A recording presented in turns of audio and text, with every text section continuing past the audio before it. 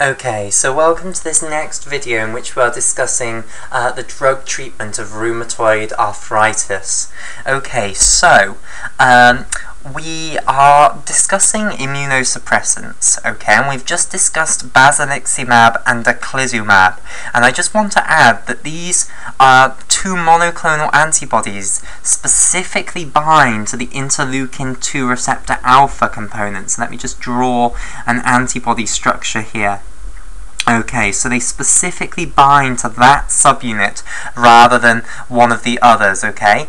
And by binding there, they block the interleukin-2 from being able to bind to the interleukin-2 receptor and hence stop the interleukin-2 receptor triggering signal-free. And remember, it's signal-free which then causes the naive CD4 positive T cell to differentiate from a naive CD4 positive T cell into a T helper naught cell, which can then proliferate into a population of T helper naught cells, which can then differentiate further. And of course we know that in the rheumatoid arthritis adaptive immune response, what seems to happen is they differentiate into T helper 17 cells.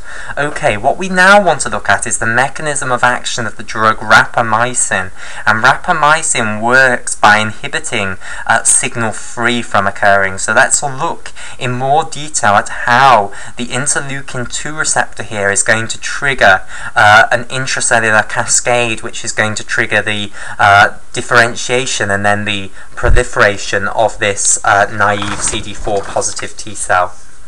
Okay, right, so let's draw the interleukin-2 receptor out again. Okay, so here is the phospholipid bilayer. Okay, and we know that the interleukin-2 receptor consists of these three subunits that are bound together. Okay, so you have the alpha subunit, which is here, the beta subunit, which is here, and the gamma subunit, which is here. And let's now suppose that interleukin-2 has come and bound to the extracellular domain of the interleukin-2 receptor. Now, what this triggers is it triggers activation of two enzymes that are attached to the cytosolic domains of the interleukin-2 receptor beta subunit and the interleukin-2 receptor gamma subunit. Okay, so what are the names of these two enzymes?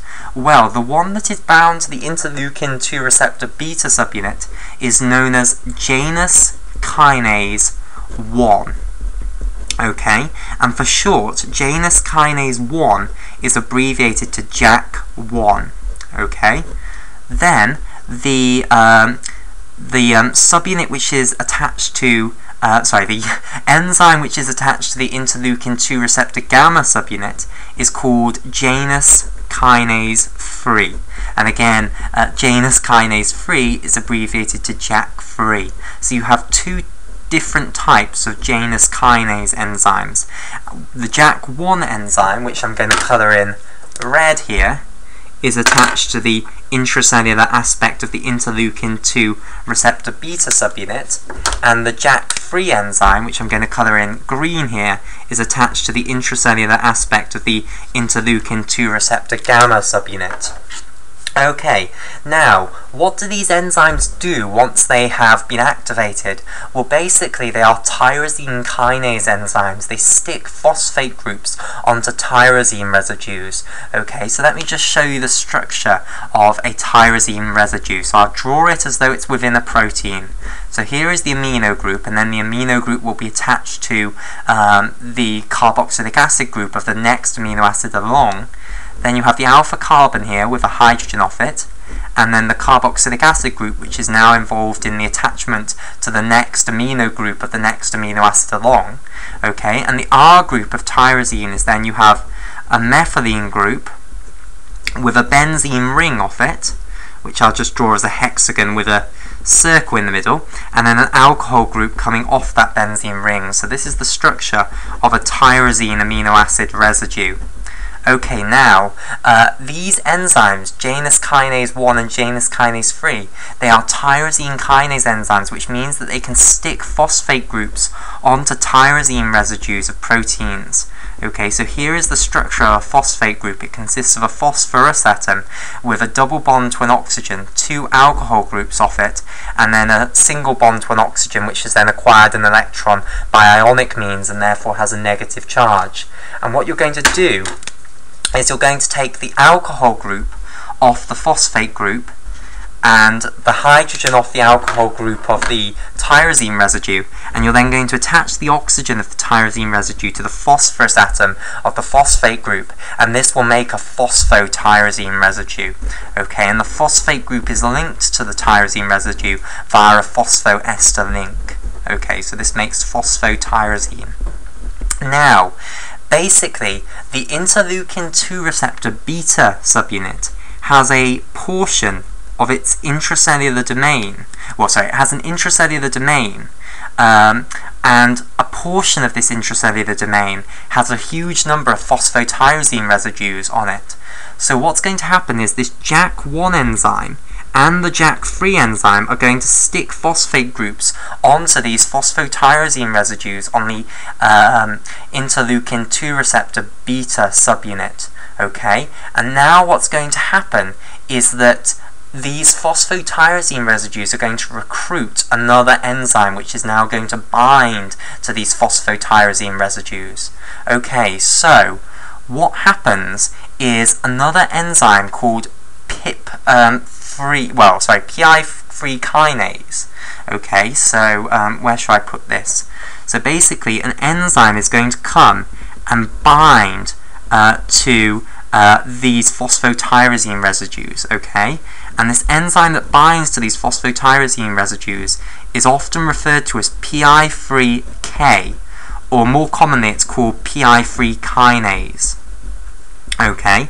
And its full name, if you talk about its full name is phosphoinositide 3 kinase. So PI stands for phosphoinositide. The P is for phospho and the I for inositide, and it's phosphoinositide 3 kinase, but everyone calls it PI3 kinase. Okay, and the PI3 kinase has a domain which is capable of binding to phosphotyrosine residues. Okay, so I will colour in PI3 kinase in pink here. Okay, and when it binds to the phosphotyrosine residues on the intracellular aspect of the interleukin-2 receptor beta subunit, it will then be just under the phospholipid bilayer, okay? And it's now going to work on a substrate that is within the phospholipid bilayer. So what this binding to these phosphotyrosine residues on the interleukin-2 receptor beta intracellular domain does is it just holds this PI3 kinase enzyme close to the inner leaflet of the phospholipid bilayer so that it can now work on its substrate which is within the phospholipid bilayer. And its substrate is going to be phosphatidyl inositol 4,5-bisphosphate molecules. Okay, so phosphatidyl inositol 4,5-bisphosphate molecules, and because we discussed the structure of phosphatidylcholine so long ago, we are in a position to understand what this might be because we know what a phosphatidyl group means. Okay, so we now want phosphatidyl inositol 4,5-bisphosphate, and phosphatidyl inositol 4,5-bisphosphate is often abbreviated to PIP2 for short. P for phosphatidyl, I for inositol, and then P for phosphate, and then you've got 2 phosphate groups, so P2 there. Now, just like phosphatidylcholine was a modified phospholipid, PIP2 is also a modified phospholipid. So let's start off with the normal boring old structure for a normal phospholipid. Okay, so let's recite this off. So here, this horizontal line that I'm colouring in green, that represents the glycerol molecule. These vertical lines that I'm now colouring in orange, those represent the long-chain carboxylic acids. And this phosphate group that I'm now colouring in purple, that's attached to the third alcohol group of the glycerol molecule via a phosphoester link. Okay, right. So this is the phosphatidyl group, but we want phosphatidyl inositol. So we are going to link this to an inositol molecule. Now inositol molecules are basically a 6-membered carbon ring, where every single one of the carbons has an alcohol group coming off it. So let me just briefly draw the skeletal structure of inositol. So remember, in skeletal structures you don't show carbons, they're implicitly shown as corners, and you don't show hydrogens coming off carbons. Okay, so whenever there's a missing bond off a carbon, that's assumed to be a hydrogen coming off it. Okay, but you do show everything else. So in inositol you have alcohol groups coming off every single one of the carbons in the inositol ring. Okay, now all of the bonds within the ring are single. Okay, so none of these are double bonds. So each carbon therefore has a missing bond, and that will be to a hydrogen atom, so we don't show it. Okay, so this is the structure of the inositol ring. Okay, right. So we are going to use one of these alcohol groups to bind this inositol ring to the phosphate group of the phosphatidate molecule here via a phosphoester link. Okay, so I'm just going to now show the inositol ring as a blue hexagon here. Now, that structure we've created so far is phosphatidyl inositol, okay, or PI. Now, we wanted phosphatidyl inositol 4,5-bisphosphate, so we need to add phosphate groups onto the inositol ring. Now, how do you label up the carbons within the inositol ring? Well, you label this one right at the top that's bound to the phosphate group, number 1. Then you go round in a circle, basically. So 2, 3, 4. So we need a phosphate group bound there, and of course it will be bound off the alcohol group via a phosphoester link. And then we also need a 5th phosphate group coming off, well, sorry, we need a 2nd phosphate group coming off the 5th carbon, and that will be here. Okay, so this now is the structure of phosphatidyl inositol 4,5-bisphosphate, and hopefully I've convinced you that really it's just a phospholipid with a bigger head, basically. It's got something stuck onto its head. It's got an extra group that sticks into the cytoplasm or into the extracellular fluid if it's on the outer leaflet. Okay, so this is a normal component of the phospholipid bilayer, and PI3 kinase enzymes, once they're positioned close to the inner leaflet of the phospholipid bilayer, they will work on these P2 molecules, okay? And what are they going to do to them? Well, basically they're going to stick another phosphate group on. So PI3 kinase, it's a kinase enzyme, and it's going to add phosphate groups onto phosphoinositide molecules, okay? Now, phosphoinositide molecule just refers to anything that's based on phosphatidyl inositol, okay? So this phosphatidate group with the inositol ring stuck on it. So we're going to add a phosphate group, and where are we going to add it? Well, the 3 is a giveaway. We're going to add it onto the 3rd carbon. So we're going to stick a phosphate group onto here, like so. Okay, and when we do that, the molecule which we get now is called phosphatidyl inositol. Okay, so of course we still have the phosphatidate group here, so it's still phosphatidyl. And then we still have an inositol ring off the phosphatidyl group, so it's still phosphatidyl inositol, but now we have 3 phosphate groups, and they're off the 3rd, the 4th, and the 5th carbons. So it's phosphatidyl inositol 3,4,5 tris phosphate. Okay, and I hope this is going to fit in. Yes. Right, and for short, this is abbreviated to PI for phosphatidyl inositol, and then P for phosphate, and then you put a 3 down there to denote that you have 3 phosphate groups coming off it.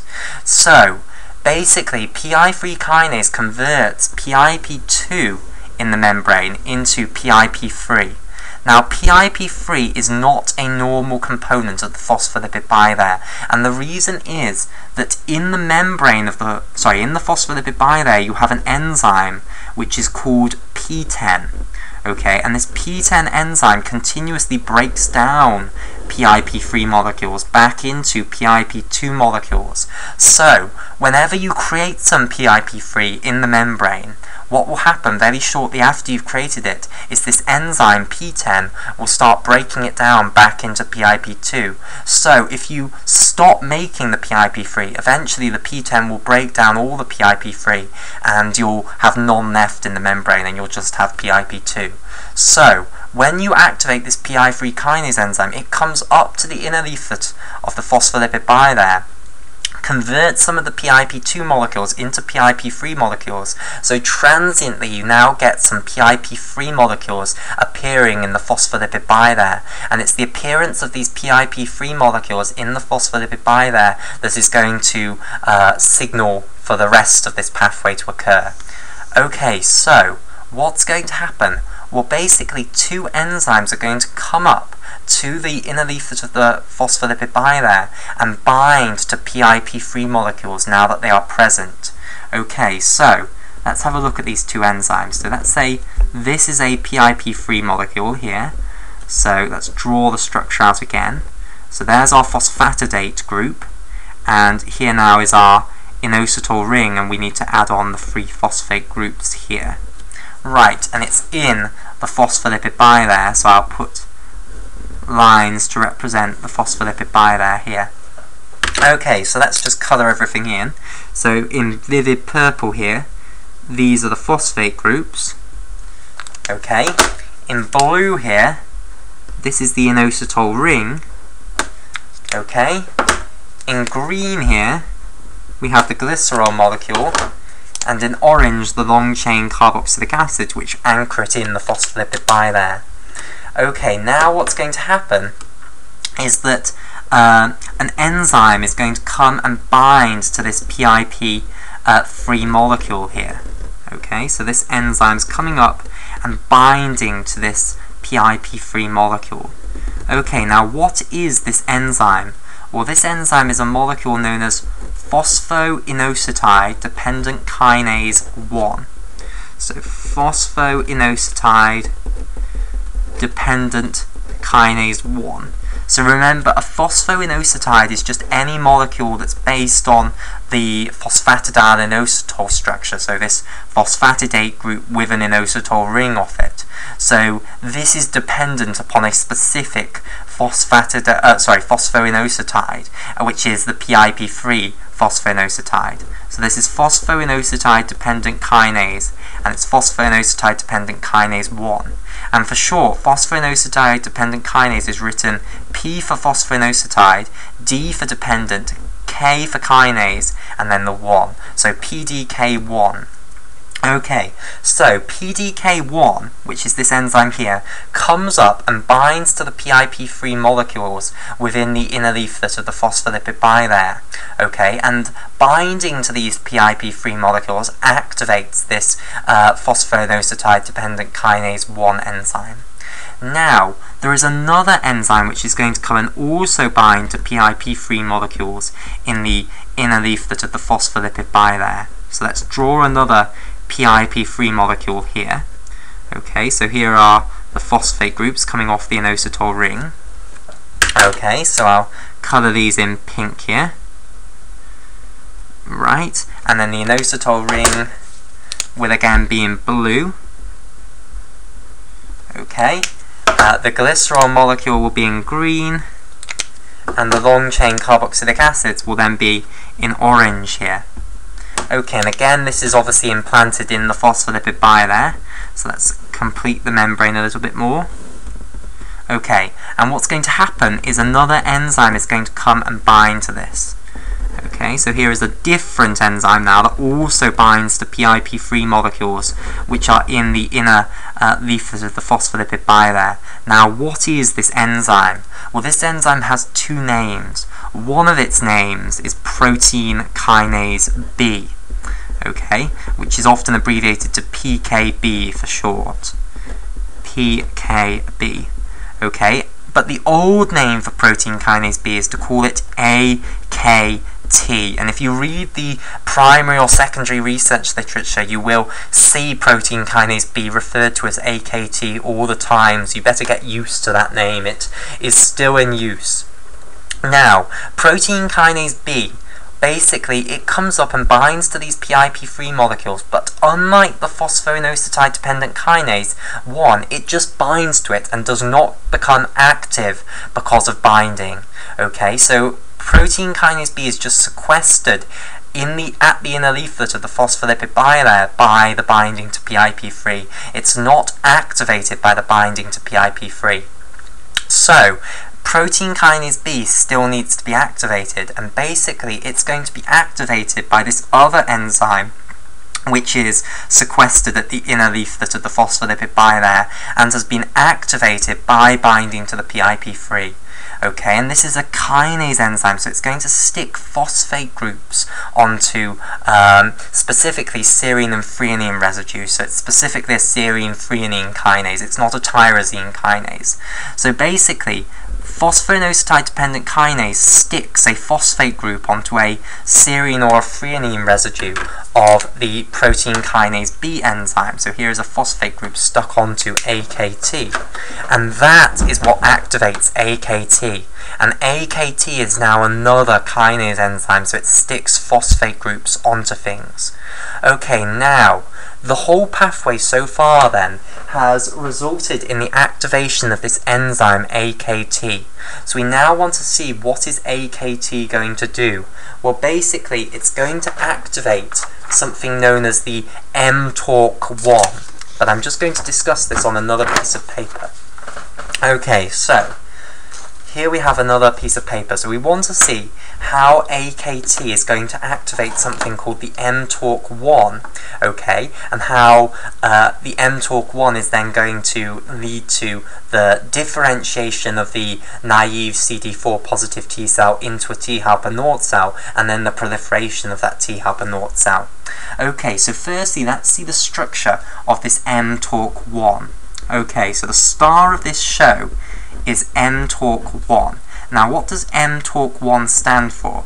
Well, it stands for the mammalian, that's the M, and then T is for target, okay, O is for of, rapamycin is the R, so mammalian target of rapamycin, that's mTOR, and then C is for complex, and then 1 is for 1. So this is the mammalian target of rapamycin complex 1. Okay, now there is some movement to have this renamed the mechanistic target of rapamycin, okay, to scrap the mammalian and rename it the mechanistic target of rapamycin, but it's not really catching on, but you may well see it referred to as that, so don't let that confuse you. Okay, right, so what's the structure of the mammalian target of rapamycin complex 1? Well, it doesn't just consist of the protein mTOR, but mTOR certainly is a component of it.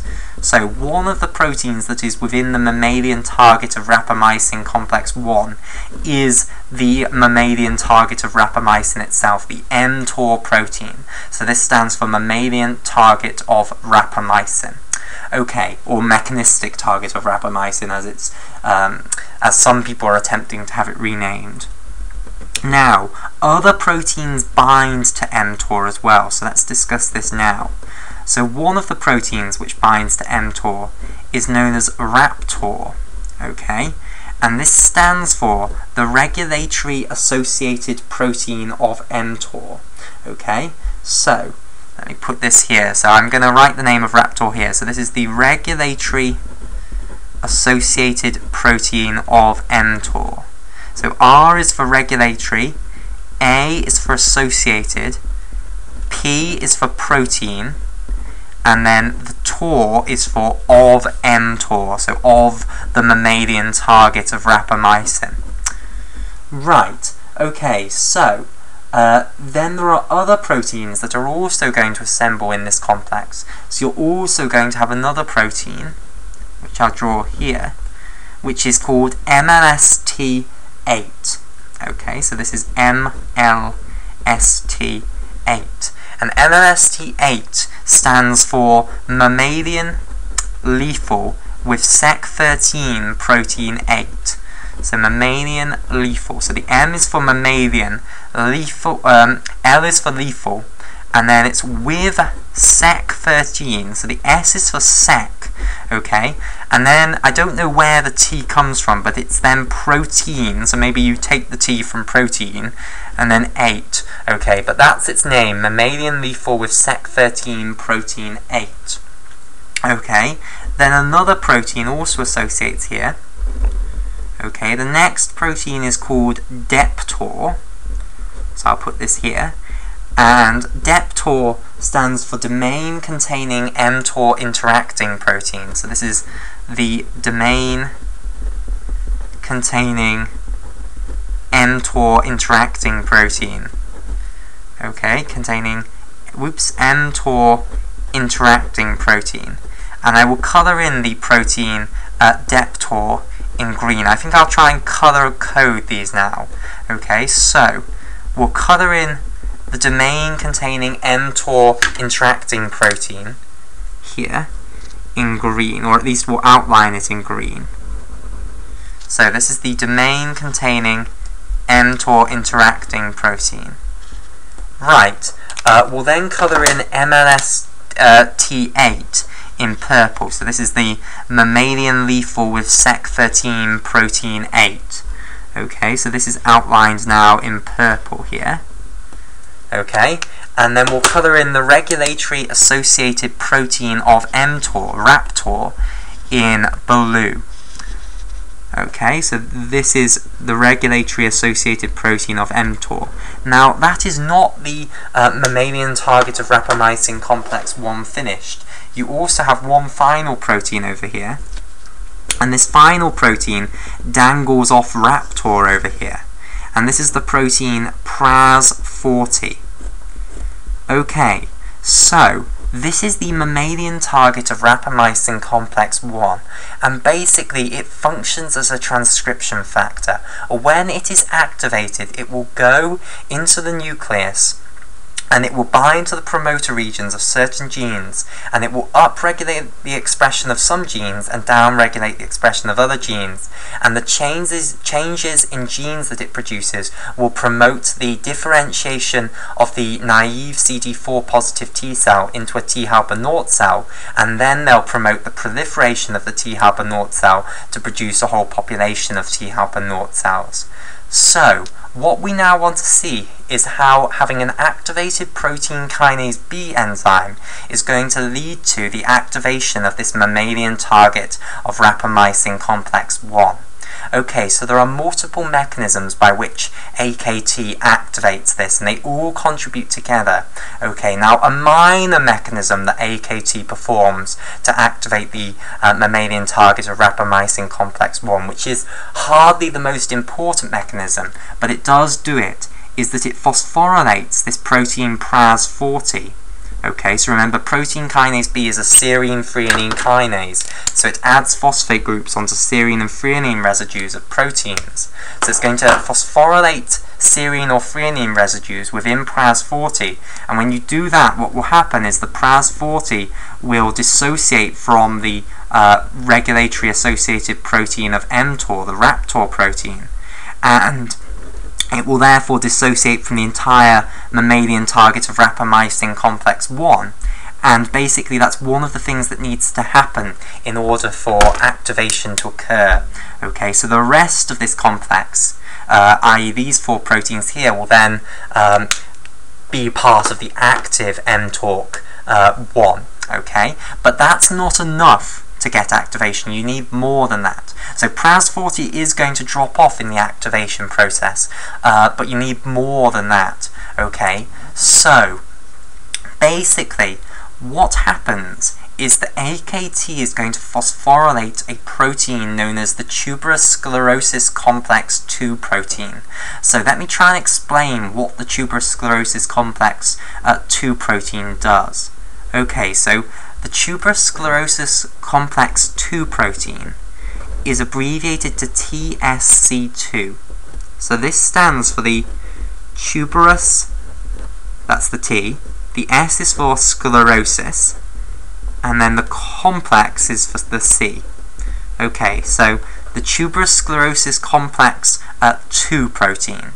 Now basically this associates with another protein known as the tuberous sclerosis complex protein 1, and together they then make the tuberous sclerosis complex. So the entire thing is called the tuberous sclerosis complex. Now, what does this tuberous sclerosis complex usually do?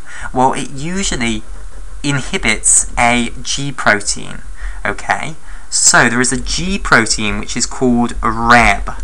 Okay, and like all G proteins, Rheb has two states. It has an on state and an off state, and in the on state it will have guanosine triphosphate, GTP, bound to it.